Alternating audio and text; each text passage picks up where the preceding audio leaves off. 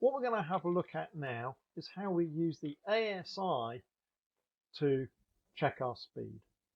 Now look over the nose, you'll notice the attitude is steady and the speed is steady. We're in a steady glide. If I now lower the nose to an attitude I think is going to give me 70 knots, which is there, look at the ASI.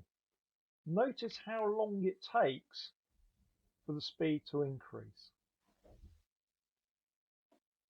And you can see the speed is now stabilized at 75 knots.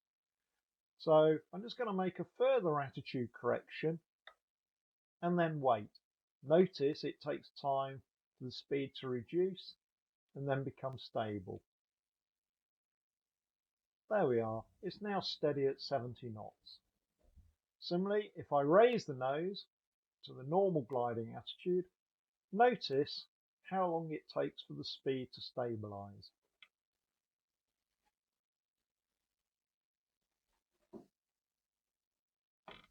And the speed has now stabilized at about 48 knots.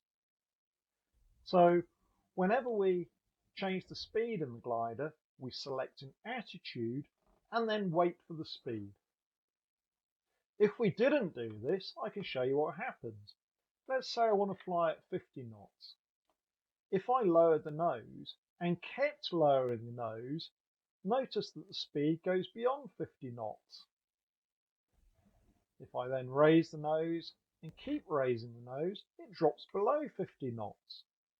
What I need to do is select the 50 knot attitude and wait.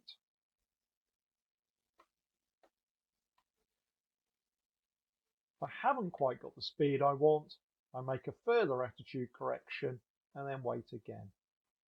The attitude is now steady and the speed is steady.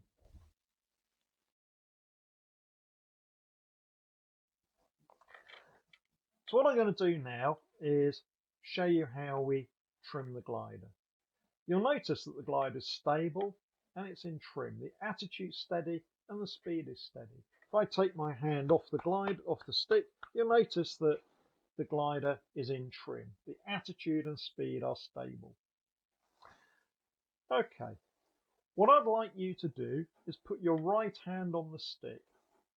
I want you to hold this attitude with the elevator.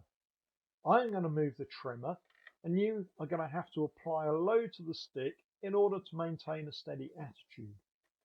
Okay, you have control.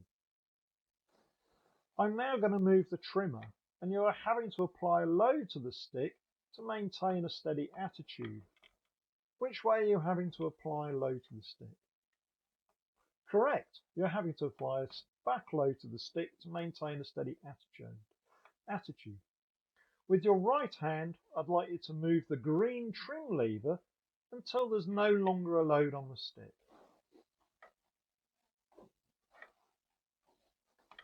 Okay, now let go of the stick when you think you're in trim. That's not quite right. Notice the nose is going down. I'd like you to put your hand back on the stick and hold a steady attitude again. Once again, I'd like you to move the green trimmer. When you think it's in trim, let go of the stick and tell me when you think it's in trim. Okay, yes, that's much better. The attitude is steady and the speed is stable. What I'd like you to do now is lower the nose to a speed you think is going to give you about 60 knots.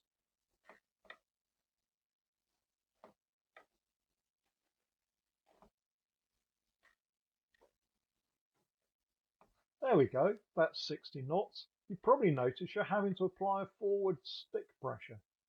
So move the trimmer so there's no longer a load on the stick. That's good, the attitude's steady, the speed is stable. Now I'd like you to bring the nose back to the normal attitude and we'll fly at 45 knots. Once the speed is stable, retrim the glider. That's very good. So from now on, always fly the glider in trim. So what I'm going to demonstrate in this exercise is the straight glide. We know that we're in a straight glide, the attitude is stable, the speed is steady, and the wings are level with the horizon. This is a straight glide. If we were not in a straight glide, it might look something like this. In order to re-achieve a straight glide, we roll the wings level with coordinated aileron and rudder together, centralizing as the wings come level, and then reselecting the correct attitude with the elevator. We're now back in a straight glide.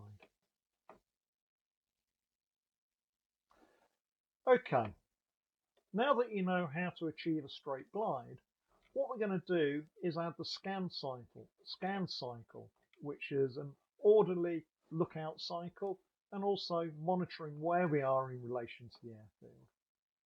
So, first of all, we make sure we're in a straight glide and we're flying in the direction we want to.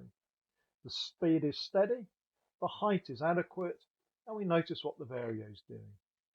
Now we start the lookout cycle. First of all, we look out to the 11 o'clock position, look above and below the horizon, but especially on it. Now the 10 o'clock position, scan above and below the horizon as well as on it. Out to the wingtip, above, below the horizon, especially on it, and as far around to the left as we can.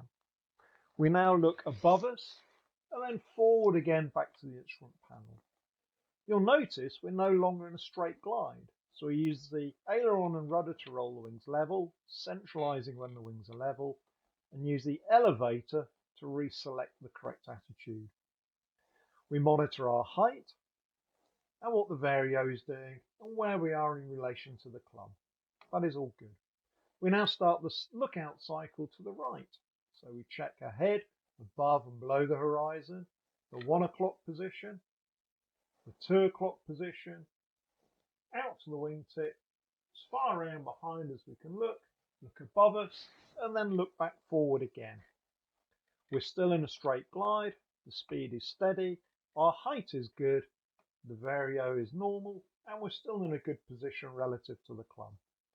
So all the time we fly, we try and maintain that lookout cycle and know where we are in relation to the airfield.